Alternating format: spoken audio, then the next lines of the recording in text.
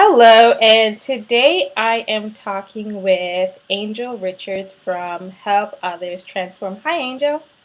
Hey, how are you? I'm good. I'm good. So, thank you for joining me and just wanting to share your story about transformation and decluttering with the Free From Perfect community. So, just let everyone know a little bit about you and kind of pretty much your journey and your story, and we'll Okay. take it from there.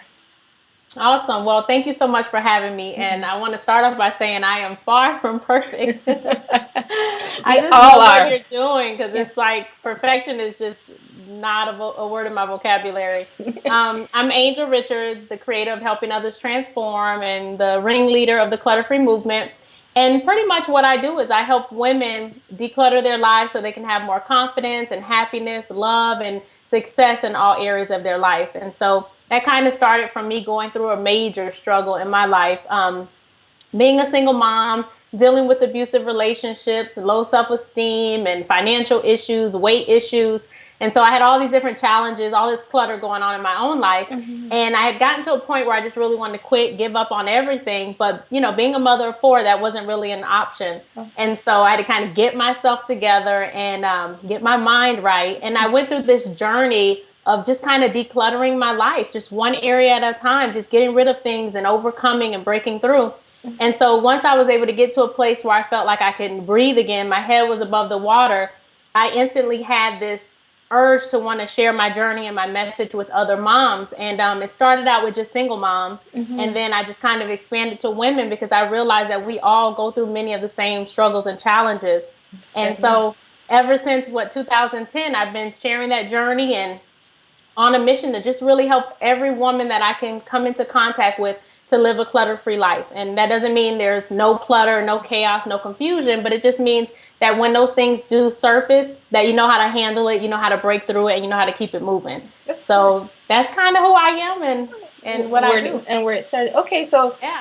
let's just hone in a little bit more on the transformation. Like, what was like if you don't like without you deciding, how much you want to share, but getting into some more about the transformation and like what did that transformation look like for you? Whew. I mean, I'm very open and Yeah, honest and yeah. transparent. Mm-hmm. That transformation for me, it looked like me, getting off my behind, losing the weight because that was a big source of my insecurity. Mm-hmm. It looked like me just being a better spender, saving money, spending wisely. I used to loan out money a lot. That was having that hard time saying no, being a people pleaser. So it looked like me disappointing a lot of people and really upsetting a lot of people and being very uncomfortable. My journey was extremely uncomfortable because I was doing everything opposite of what had gotten me to that place. And Mm-hmm. over, time, I just kind of build up this strength and this confidence of, hey, I'm going to say no when it's no. I'll say yeah when I feel like it. Yeah. And, whoever doesn't like it, too bad. And I guess now that I'm thinking about it, I think I was trying to be a little perfect. I Yeah. think there was a piece of me that was that perfectionist and Yeah. just wanting to look good all the time. Yeah. And not so much physically looking good, but looking good to people. Yeah. And so the journey became me not looking good and not being liked by everybody, really letting go of a lot of people, a Yeah. lot of people. Yeah, I um, definitely, yeah, I yeah, definitely, without interjecting there, I think that was really important that you mentioned, being able to say no more often and saying yes to yourself because I think yeah, a lot of times we kind of neglect ourselves and we just want to people please and we just get into this cycle essentially of pleasing other people and neglecting ourselves, and I think that's really important. And like, absolutely. and how did that shape you, in the sense of like being a better mom, of being a better Oh my goodness. friend? Like, how did that shape you in that sphere? Yeah, what I realized is the cluttered angel, the one dealing with the chaos and the confusion and all that stuff, that wasn't really me. That Mm-hmm. was not who I really am. That's just kind of where I was in my life. So this is who I am. This is the authentic me. This is the real me. Mm-hmm. And so when I started to show up as myself, it made a lot of people uncomfortable. It naturally just kind of created a distance between other people. But what it did for my home, for my family, for my relationships with my children, it was just amazing. They got to see their mom for who she really was. I wasn't broken and depressed and frustrated and snapping.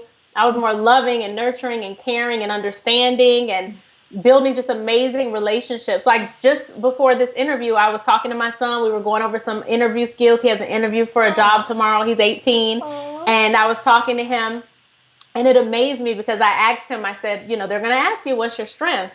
And he said, my strength is like helping people and giving advice and, leading people in the right direction, solving problems. I was like, boy, I'm going to hire you. Come work for me.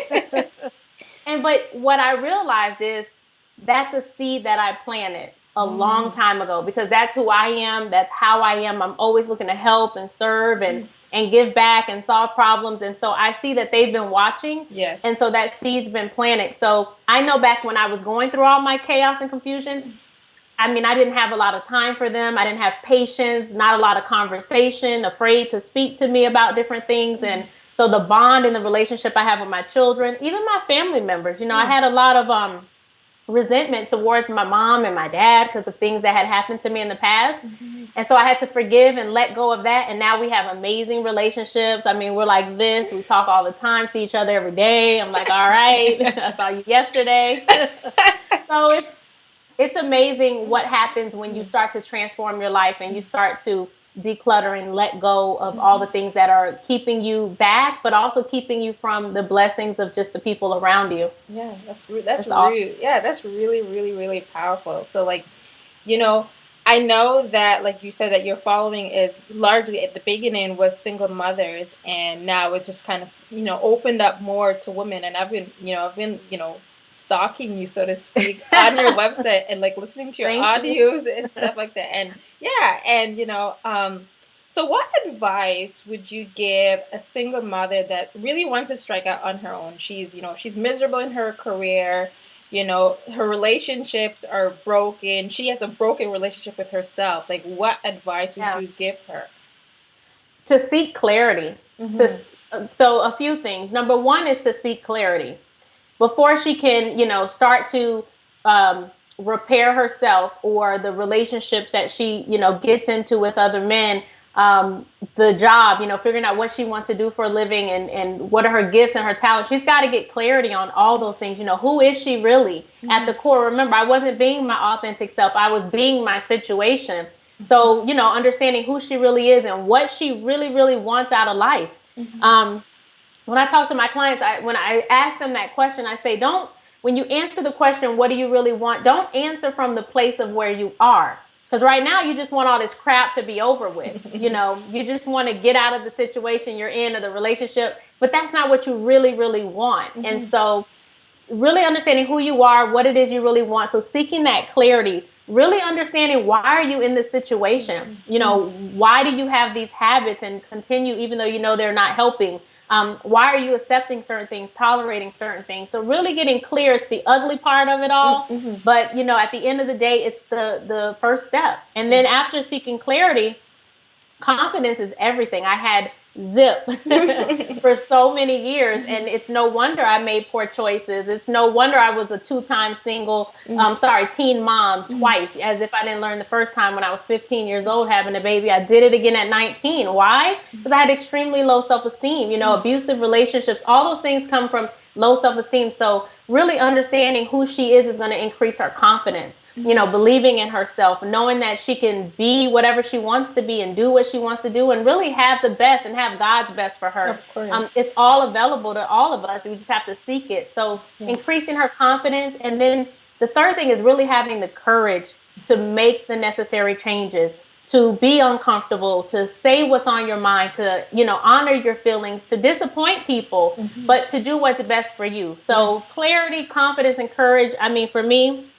that's the foundation of it all. If you really want to, change any area of your life, it doesn't matter what it is. Without those three things in place, it's just like that cycle just continues over and over and over again. And you got to break the cycle. Nobody's going to break it for us. I had to do it for myself, and she'll have to do it for herself too. Yeah, I think that the point that you made about being uncomfortable, like a lot of us don't like being uncomfortable. Like, no, we don't. And like it doesn't feel good, but I find that when you're actually uncomfortable and you're going through a really tough time, and you just find a way to find clarity, like you said before, and courage, and just keep moving forward, because essentially that's the Absolutely. only way things are going to change. Because if you sit there in your slum and just be, Hmm.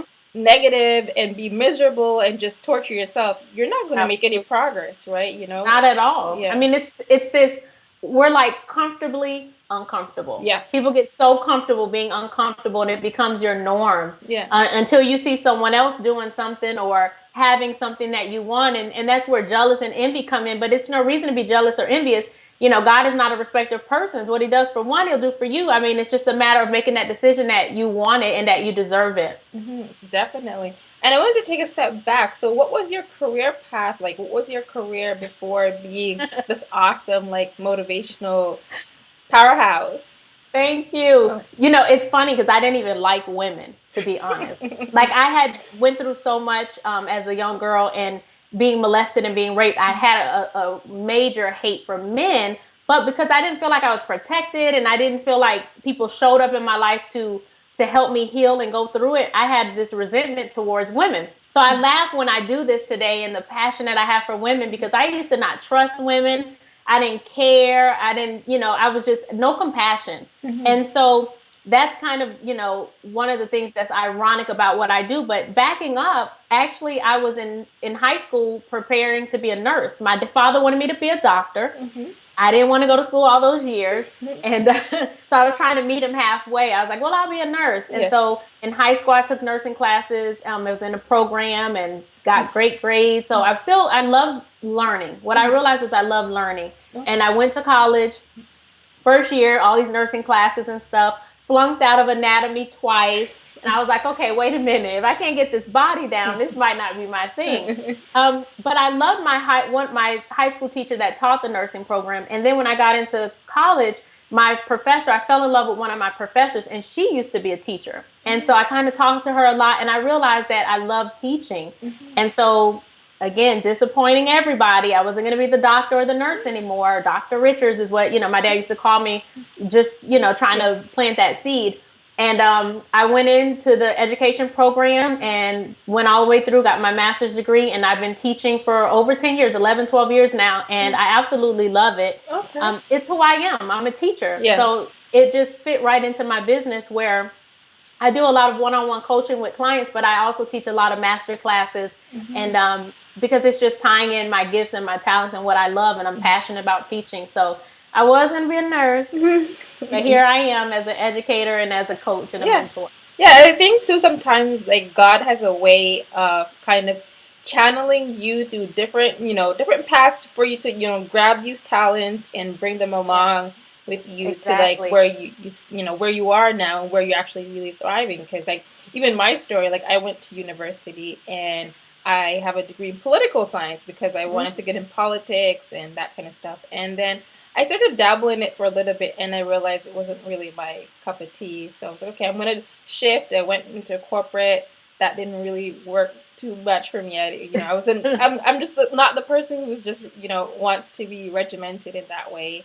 Yeah. And then I got into nonprofit, and then I was like, okay, this is all right, but it wasn't fueling me. So then I just left that and decided I wanted to start something and help women and be just being supportive for other women, because I think, a lot of times, like going back to what you said before is like, you didn't really like women because, the different things. And because, sometimes women can be catty. Like, this is, like, this is. I don't like all of them now. I'm just saying.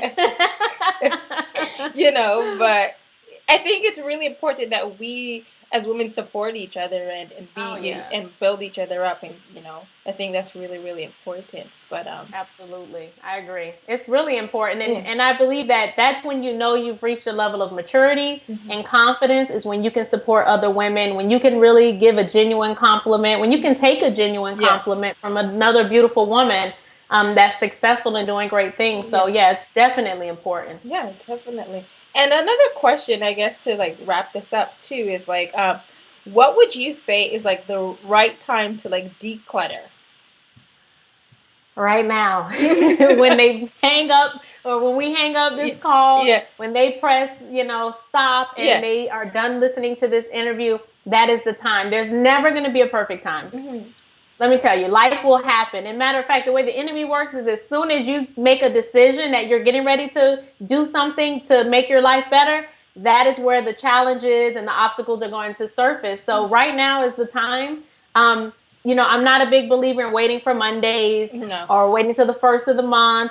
I'm actually getting ready to teach a new class, and because we're right in the middle of the year, it's called June is the New January, because I just believe that sometimes this is the perfect time for a fresh start, Yeah. and your fresh start could be any month of the year, any day of the week, any moment of the day. It's just making that non-negotiable decision that, hey, what's going on right now is not working for me. I have to do something different, and I have to do it now. Yeah. And even if it's just like reflecting on those questions, that little bit of action can really manifest into something great. So at any given time is the right time to get started. Yeah, definitely. And I like that you touch on the non-negotiables. I think too, a lot of times that's my favorite word. Yeah, like I think that it's important to outline those non-negotiables on a daily basis. Like, do you have like a routine, or like do you have like a morning routine? Like, what is your average day like? So when I get up in the morning, what I've identified is that I have my peak time where I'm most connected spiritually, where I'm most creative, inspired, motivated. It's kind of between like 4:30 in the morning and 8 a.m. So I wake up at 4:30 every day. I go right into prayer and meditation, and then I may get up and write a blog, an email, schedule sessions for my clients or whatever work I need to get done where I need to really have brain power and think. And then in the evening times where, I'm not so hot and I don't have as much energy and I'm kind of like, all right, let this day be done. Yeah. That's when I like to kind of light a candle and lay back. I drink tea. I just started drinking this it's called tropical hibiscus. Oh my God. Where'd you get it from? So good. Where'd you get that from? Target. Really? Okay, we don't. Tropical hibiscus is so good. They're actually closing down Target here in Canada. Like they're all like, yeah. So I'll probably have to, yeah. Oh my God. Well, let me know and I will ship you some tea. Okay. Is that serious? And so I have my tea and I read a book. My goal is to read 2 to 3 books a month. And I get books from different genres. There's always going to be a business book. There's always going to be something spiritual or life related. And then I read a lot of books just about, parenting, women, things like that. So I do a lot of reading, but that's in the evening for me to unwind. And then in between that, kids, work, all kinds of other stuff goes on. Yes. And how do you balance all of that though? Because you're a mom of 4. Well, I don't believe in balance. I tell my clients all the time, they're like, just help me balance my life. And I'm like, I can't help you balance your life because really in reality, balance means that everything is equal. And everything is not going to ever get an equal amount of your time and attention and energy. But what you can do is prioritize your life. Yes. And so like right now, talking to you, being here, being present is a priority for me. So I let my kids know, hey, unless somebody is hurt, bleeding, dying, don't knock on that door because this is a priority for me. Yeah. But when I'm done here, we have movie night scheduled with the kids. And so that's what I'll be doing. And they become my priority. Yeah. I'll cut off my phone, shut down and just give them all of my focus and attention. Other times it's my business, I'm working with clients. And so I prioritize my time in my day. That's really important to me. And even my months, I kind of, take a step back and look and see, this month's going to be really heavy. I'm launching a new class or a product. This month, the kids are out of school. It's going to be really focused on family time. So I'm really huge on prioritizing.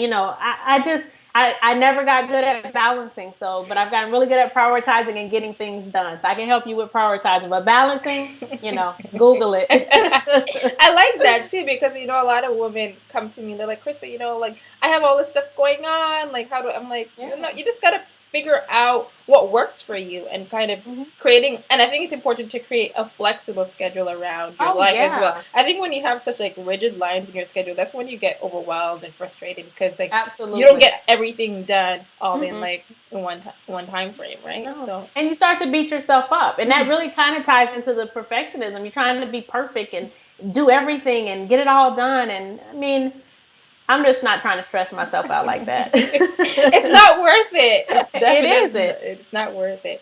And it doesn't work. Yeah. I'm all about what works for me, and what doesn't work for me, I can't have it. Yeah, you just throw it out. Like, just figure out what works for you. But Angel, thank you so much for meeting with me Thank and you. chatting with me and sharing all this valuable insight with the Free from Perfect community. I really Thank appreciate you it. so much. This was awesome. You're, Thank you so much. you're welcome. So I'll have your links to your social media and your website down below this Awesome. conversation on the blog. So thank you Perfect. so much. Thank you so Yeah, much. yeah. Bye Bye. bye. See you.